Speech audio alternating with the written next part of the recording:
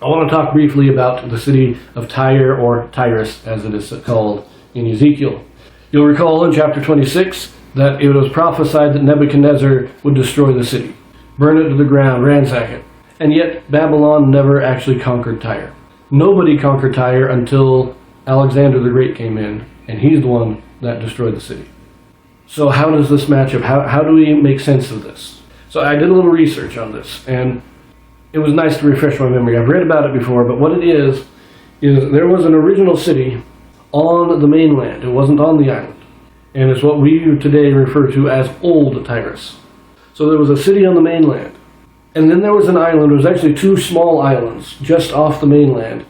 And in the days of King Hiram I, I believe they said, he built up those islands, and he joined them together, kind of made a larger man-made island with those two smaller islands, possibly reefs or sandbars, as a base. And that became the new city of Tyre. And so we have the mainland Tyre, and we have the island Tyre. And the island Tyre is what built up and became the massive trading power that it was. While the old city, it was there, but it wasn't as economically powerful as the island city. The island city had two harbors, one in the north trading up with the rest of the Phoenicians and up into Greece and Turkey area, and one facing south going down into Egypt and Africa. And with these two harbors, their fleet of trading went all across the Mediterranean, and you'll recall that they joined up with Solomon to create a fleet in the Red Sea, which would then trade along the east coast of Africa, possibly out as far as India.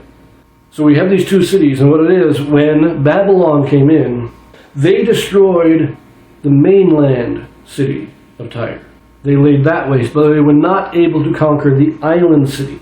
But because of the destruction of the mainland city, they did besiege the city of Tyre, and they subjected it to Babylonian rule. But they never fully conquered it, but they did break its economic power. It lost its economic power in the time of Babylon. When the Persians came in, the Persians also besieged it, because when the Persians conquered Babylon, Tyre tried to reassert its independence, and it did for about 5 years, I think. And then Persia came in and did a 13-year-long siege that totally crushed the power of the city. The city was not actually taken. Still, they were besieged, so they could not do any trade. They eventually gave up they eventually submitted to Persia because they simply could not sustain the city because of the siege. But it took 13 years to do that. It was Alexander the Great who came in later, and after he defeated the king of Persia, all the other Phoenician cities simply joined him. But Tyre said, no, we're going to be independent again. And that's when Alexander came out. He said he wanted to go onto the island and make a sacrifice to the gods of the island, and they wouldn't let him come in because they didn't trust him. They thought if they let him in, he'd just take over the city, and he probably would have. So he got angry, and he's the one that built the causeway going out to the island, and then built giant siege towers to go up to the wall of the city so that his men could get into the city. One of the most fantastic battles in the world, just the ingenuity of doing that and the skill to actually get it done. Fantastic. Partly because the causeway was built over a sandbar, and so there wasn't any really firm foundation. They were actually bringing out buckets of dirt, basically, and building it up while the army of Tyre was shooting arrows at them.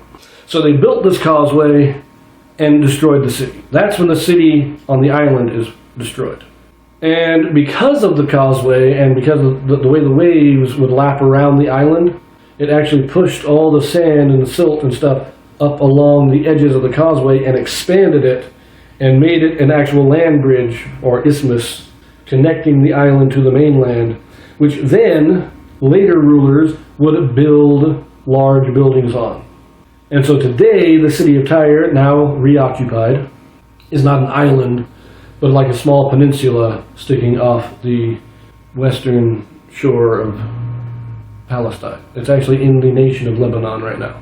So just wanted to give that brief history of Tyre. I mean, that's very brief. There's a lot of detail in there that I don't go into because it's not needed right now. But I wanted to explain that this is how this prophecy is fulfilled. The mainland city is destroyed by Babylon. The full destruction and just leveling of the city is by Alexander the Great. And it was occupied. They say it was occupied continuously, but it's like he had some fishing boats there that people would stop by to cast their nets. It wasn't a real community.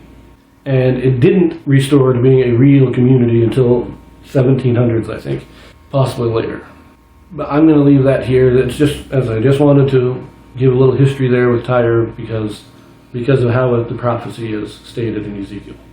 So, now again, if you are enjoying what I do, like, subscribe, comment, share, all those good things. And on this video, if you don't know what to comment, if you don't have anything to say, that's fine. That's fine. Just put in the comment Alexander to let me know that you watched. I'll see you in the next one.